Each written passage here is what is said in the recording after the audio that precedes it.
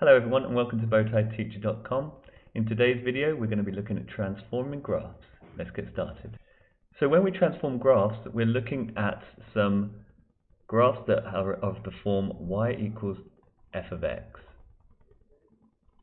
So when we're looking at these graphs, we need to try to remember that the y coordinate is a function of x, i.e. we take an input for x and we get a value for y as the output. So if we just draw a random kind of sketch of a graph here, and we can take a point, for example, let's do 3, 1. We need to know what would happen to this point if we transform the graph in certain ways. So we can transform the graphs by moving them up and down, left and right, or we can stretch them in the y direction, or we can stretch them in the x direction. So there are 8 different ways, therefore, that we can move these graphs around or transform them. So let's take a look at some of the most basic ones. If we have y equals f of x, and then after the f of x we have maybe a plus or a minus and some constant, some number like 3, for example. Okay, what that does is it takes the y coordinate and then we're going to say add 3 to that. That means that every value of y in that graph is going to be shifted up by 3 units. If we have f of x minus 3, then the graph will be shifted down by that amount. Okay, so how would this affect 3, 1? Well, f of x plus 3 would give us 3 because the x value wouldn't change, and the 1 would be changed to a 4. If we have f of x minus 3, then it would be 3, and then 1 minus 3 is negative 2.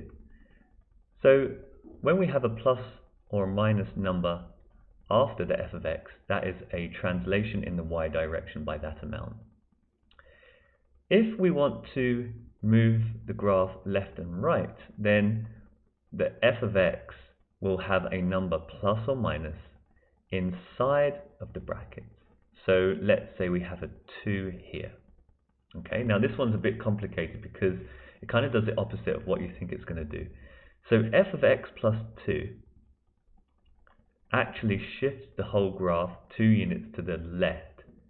So where you think the plus 2 is going to take it to the right, it actually does the opposite. So that's going to move our graph from 3 to 1. So the 3 will be 3 take away 2, that will give us a 1. The y coordinate hasn't changed. If we have f of x minus 2, then this would move the graph to the right by 2 units. So we would have 5, 1. So this is how we move the graph up and down, is having the plus or minus 3 outside of the brackets. Left and right is inside of the brackets, remembering that it's kind of like the opposite way of what you would expect. Now we can also stretch the graph in the vertical direction. So if we have y equals f of x, but we put a number in front of the f of x, let's say 2. What that will do is we'll stretch in the y direction, and the 2 is kind of like the scale factor. So for every y value, we're going to double it, so 2 lots of the y value. So in this case, the 3 will remain the same, but the 1 will be doubled to 2. We're not adding 1, we're actually doubling that. And if we have y equals a quarter f of x, then this is a stretch in the y direction, but it's coming downwards, so it's coming towards the x-axis. So anything positive will be moving downwards, and everything negative will be coming upwards. So in this case, it's kind of like a squash, but we still say stretch in the y direction. Okay, scale factor quarter. This one would be scale factor 2. So how does that affect our coordinate? The original coordinate was 3, 1. The x doesn't change. The y will be 1/4 of 1, like so. Okay. The final set we have here is if we want to stretch or squash in the x direction. So in this case, we have y equals f of x, but we put a number in front of the x. So, for example, a 3. Okay, so y equals f of 3x would be a stretch in the x direction, but the scale factor 3, again like this one up here, is kind of opposite to what you think. So 3x would actually squash towards the y-axis. So it's scale factor of a third. So how does this affect this coordinate? The 3 will be a third of what it was originally. So this would become 1, 1.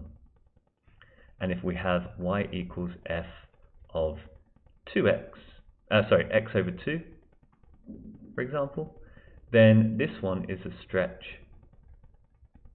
in the x with scale factor 2. So it's kind of like the reciprocal, or 1 over a half. So the original 3, 1 will now become 6, 1. Okay. There are variations on these. For example, we have minus signs in different places. So we can come on to those in a later video, but this will give you the majority of what you need. So if we go over to bowtieteacher.com and GCSE Mathematics, you can sign up if you wish to keep your progress. We're going to transform graphs, and we have all of those different possibilities here for a coordinate set of 8, minus 9 in this case. So if a function goes through the point 8, minus 9, what will the new coordinates be when the graph is transformed to f of x minus 3? Pause the video and have a think about what you think that would do to this coordinate. Okay, I hope you had a chance to try that. F of x minus 3, remember, if the brackets contains the x minus 3 like this, it's going to be a shift in the x direction. The negative 3 will go the opposite to what you think, so plus 3. So this new point will be moved 3 units to the right. That will give us 8 plus 3 is 11, and the negative 9 will not be affected. We can check that here. We've got that correct. Here we have f of x minus 2. So remember, when the minus is outside or the plus is outside, we're shifting up or down. So this one is being shifted down by 2 units. So the negative 6 is not going to be affected. The negative 3 will go down 2 units, so minus 5, like that. Okay? So if you hop on over to my website and try all of the different possibilities, that will really help you to solidify what's happening to these coordinates in space. In the exam, you might be asked to sketch these, but you can apply these rules to the whole curve or the line, for example, and see how it affects those in the exam. This one here, we've got minus 4f of x. So we're doing a kind of combination of two things. We're doing the 4f of x, which will stretch the y direction. And then every y will then become its negative. So can you think what will happen in that situation? If you have your y coordinates all become the negative of themselves, that will be a reflection in the x-axis. So the 6 will stay the same, but the y value will be 4 times stretched, and then it will become the negative of itself. So the 8 will be 4 times bigger, 32, and then the minus of itself, negative 32. Okay, so have a go at some of those. In the exam, they will often try to, let's just get a new layer here. They will often use the trigonometric functions to test these. So we might have something like this, y equals sine x, or f of x equals sine x, you might see like that. And it might ask you to predict what's going to happen when we do, for example, sine of 2x. So remember, sine of 2x is going to be a squash, effectively, by a factor of 2, or a stretch of a factor of a half. So this will come together closer to the y-axis, so you will get, effectively, the same graph,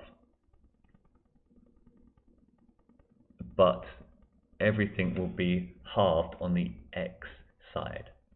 So you might have seen something similar to this in physics, where you're looking at frequency. So frequency, you would be looking at the number of waves So having sine of 2x will double the number of waves, and if you had 2 sine of x, it would increase that way, i.e. the amplitude of the wave. So you can make those links between science and math there if you wish. That helps to solidify it in your mind as to what's happening with these transformations and translations of graphs. I hope that helps. If you have any questions or comments, then please leave them below. Otherwise, feel free to email me at mrwakeling@bowtieteacher.com. Have a great day, and I wish you good luck.